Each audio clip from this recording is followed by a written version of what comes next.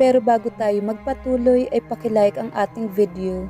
Ganon din ang subscribe button, pati na rin ang bell icon para lagi kayong updated sa mga parating ko pang mga uploads.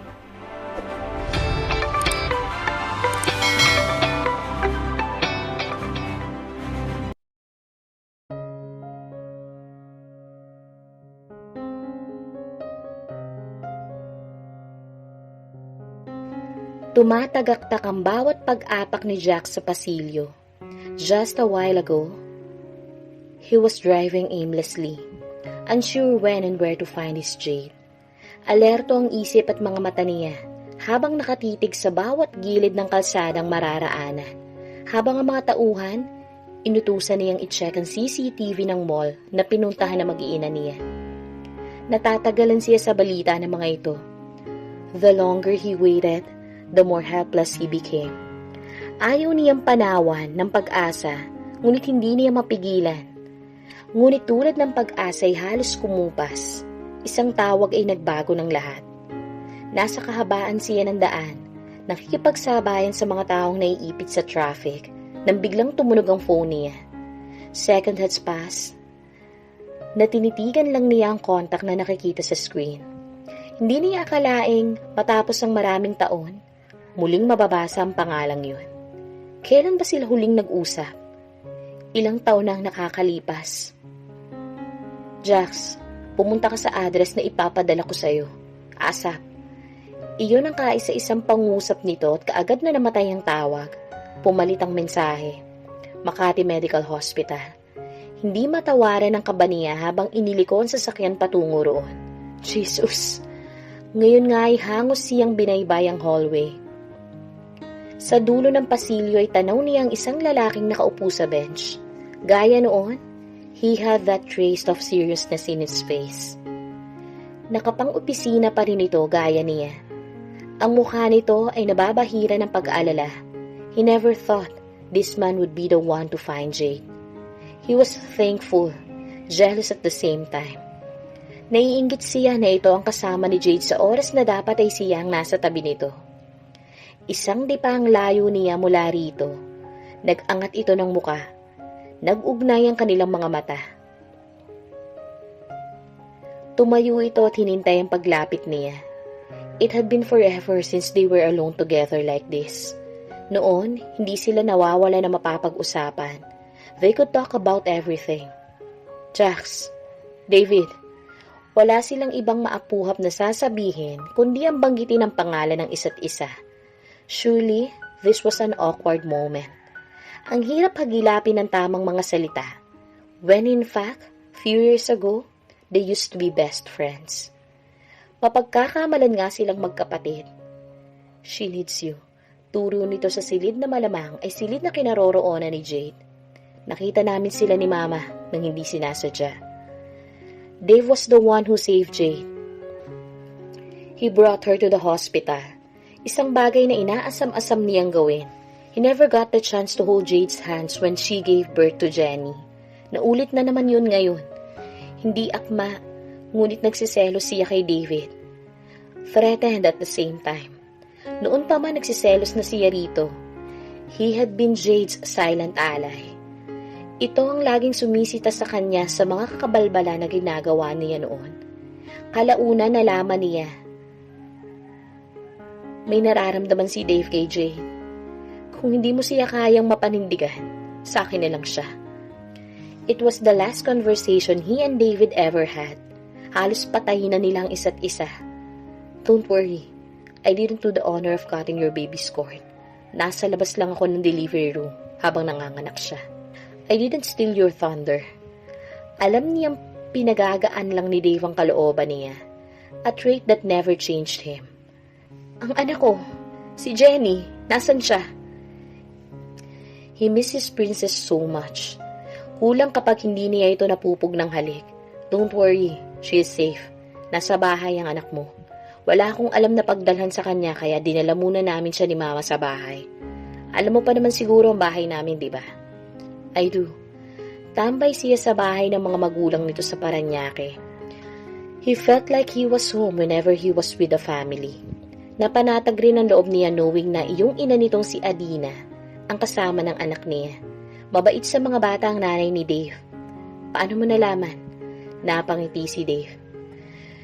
She look a lot like you at Papa Jax Alcantara raw ang pangalan ng papa nila ni Baby Adria. Ang sagot ng usisain ni Mama. Your daughter was very talkative, ha? Sinasagot lahat ng tanong ni Mama. Nakatulog na raw matapos makipaglaro sa mga pamangkin ko. Pakiramdam niya, mas inutil siya. I guess, dito na nagtatapos ang negosyo ko. Tumayo ito. Pinukol muna ng kulay puting pintuan ng silid ni Jade at tumakbang palayo sa kanya. Dave, tawag niya rito. He looked at him. Salamat, Dave. Don't mention it. A while after, naging pipil na naman silang dalawa. They lost every reasonable words to say. They are waiting, but then again, si Dave ang unang bumasag ng katahimikan. They, his Jade and his son. Bumangon ang excitement sa isiping niluwal na nga ang anak niya. Wala man siya sa tabi nito nang iluwal ang baby nila, gaya na napag-usapan nila, but he'd glad na narito pa rin siya. Ilang buga muna ng hangin ang kanyang ginawa bago inihakbang ang mga paa. Carefully, he opened the door. Jade was sleeping. Lumapit siya dito at naupo sa katabing upuan. Parang kinukuyumos ang puso niya sa nakikitang ayos nito. She looked so tired. Maputla ang sa tuwin ay mapupula nitong mga labi. Gayunpaman, maganda pa rin ito kahit nakasuot ng hospital gown. The prettiest in his eyes. That's Jade's for him. I wonder kung anong hirap ang pinagdaanan mo habang pinapanganak ang Ethriel natin. Natukso siyang hawiin ng ilang hibla ng buhok na tumatabing sa mukha nito at ipitin niyon sa tainga, pero labis niyang pinipigilan ng sarili. Ayaw niyang magising ito. Isa pa, nahihiya siyang hawakan ito. No matter how he would justify everything, sa kanya pa rin bumabalik ang lahat ng sisi. Hindi niya maaaring sabihing absuelto na siya sa nangyari. Ang tanging dalangin niya, bigyan siya ni Jade ng pagkakataong makapagpaliwanag. Ang saklap naman, na kung kailan dahan-dahan nilang nabuo ni Jade ang mga pangarap nila, saka naman nangyari ang lahat ng to. Fate was such a tease. Lagi na lang nakasalungat sa kanila ang kapalaran. Pakiramdam niya, lagi silang napapaglaruan. Years ago, he was the one who gave up on Jade. Right now, it was her who lost faith in him. Nakakasikip ng dibdib ang lahat ng nangyayari. Tila sasabog ang dibdib niya sa frustrasyon. Nakakagalit. Itinukod niya ang dalawang siko sa edge ng kama at sinapo ang mga palad sa muka. Ngayon sumayad ang pang-upo sa malambot na upuan. Saka naman pumarada ang pagod. He felt so wasted. Ngunit gaano man kapagod, mananatili siya sa tabi ng mahal niya. Hihintayin niya kung anong sumbat ang ibabato nito sa kanya. Ilang saglit siya sa ganong posisyon nang maramdaman na marahang paggalaw ni Jade. Kaagad niyang naidilat ang mga mata at nag-angat ng muka, habang hinihintay na magtama ang kanilang mga mata. Kip-kip niya sa kalooban ng hindi maipaliwanag ng kapa. Then their eyes met. Jade was awake. She was looking at him with those eyes devoid with any emotion. She never gave him that look. Yung titig na nagpupunla ng takot sa puso at buong sistema. Damn it. Tila napapaso siyang salubungin ng mga mata nito, pero hindi siya kumurap. All he wanted was for Jade to see his soul. Hangad niyang mabasa nito ang mga mata niya. Ang pagmamahal niya. But Jade just simply looked away. He need to speak. Saan ba siya magsisimula? Anong pangungusap ba ang dapat niyang sabihin para pagaanin ang damdamin ni Jade? Ang hirap. Sobrang hirap. Ni hindi niya malaman kung hahawakan ito o di kaya ay tatawagin ng nurse. Jade, he mustered with all his might. Pangalan lang nito pero nahihirapan siyang sambitin. Baka sasambulat sa galit at makasama sa kasalukuyan nitong kalusugan. May masakit ba? Dahan-dahan siyang napabalik sa pag-upo. Hinintay niyang sumbatan siya nito pero nanatili itong tahimik lang. God, her silence gave him chills. Parang hinahalukay ang kaluluwa niya. Mas gugustuhin niya pantapunan siya nito ng mga masasamang salita kaysa sa ganito. Jade, talk to me please. May bahid ng pagmamakaawa sa boses niya. Tinangka niyang hawakan ang kamay nito ngunit nag-iwas ito. Ayaw nitong mahawakan niya. Pakiramdam niya tuloy, may nakakahawa siyang sakit na daladala. I'm sorry. Nanatiling blanko ang ekspresyon nito. Pero hindi nalingat sa kanya ang pagdaan ng sakit sa mga mata nito. Nangihinayang ka, Jax. Ginawa ni Chloe ang lahat. Talaga? May sakit sa boses niya. Ang huling bagay na gusto niya ay magdulot ng sakit kaysa na idulot na niya sa kanya. Kakapanganak pa lang nito. Just in time, pumanik ang nurse. Bit-bit nito ang baby Adriel nila. Oh God! Bulalas niya sa pagkamangha. Si Adriel ay isang tanawin upang pagmasdan. Mukha siyang napakaliit at kaibig-ibig. Kailangan na pong pakainin ni baby. Namangha siya habang sinusundan ng titik ang kanyang anak, nakalong ng nurse. Nag-ibang bigla ang timbre ng kanyang puso. Para bang may nakahanay na kwerda sa kanyang dibdib na sumisigi sa pagkalabit. There was this undefined sense of happiness that filled his heart. Hindi maipaliwanag ang klase ng saya.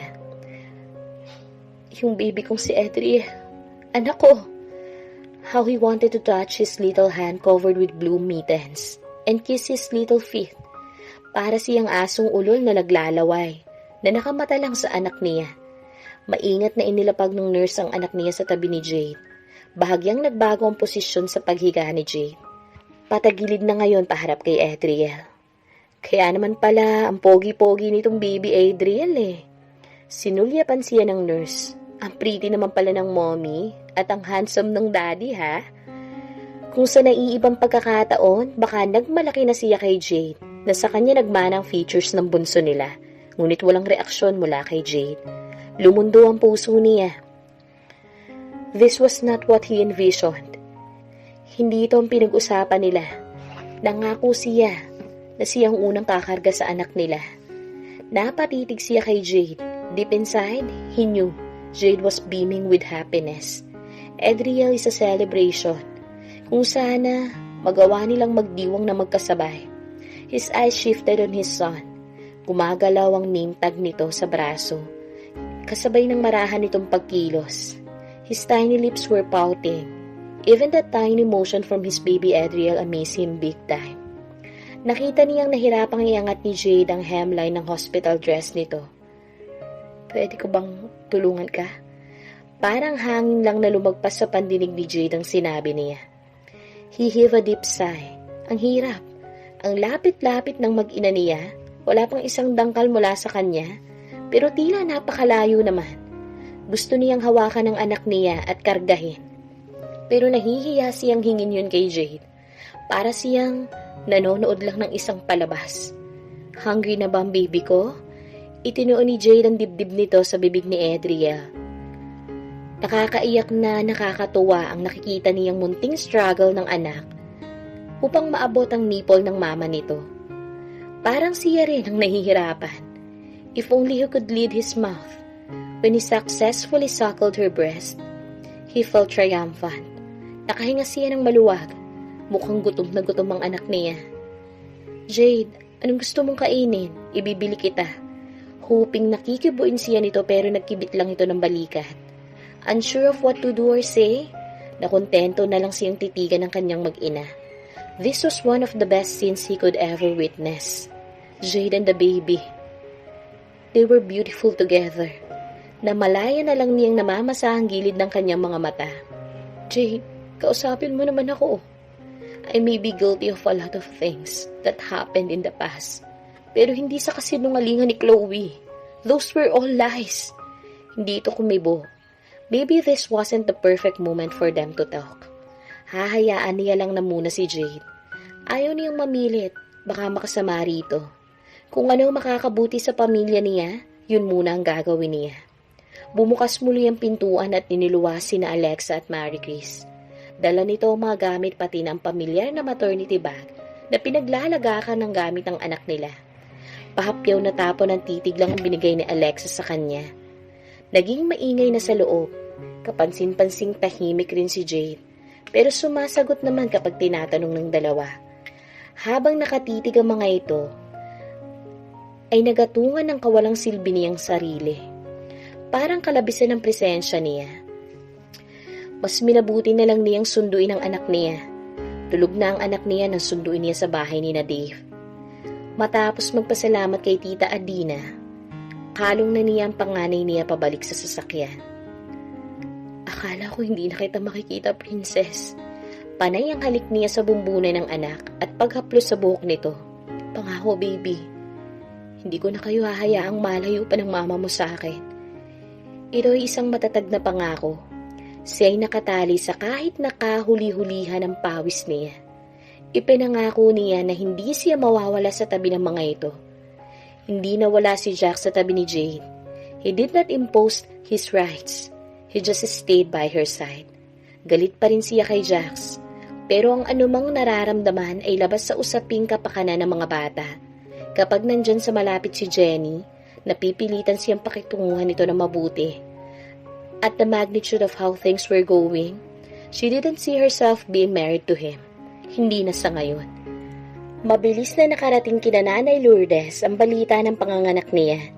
Kasama nito si Ontoy at iba pang taga-kwadra nang bumisita sa kanya. Si Jax raw mismo ang sumundo sa mga ito. Wala na talaga pati ang mga ito.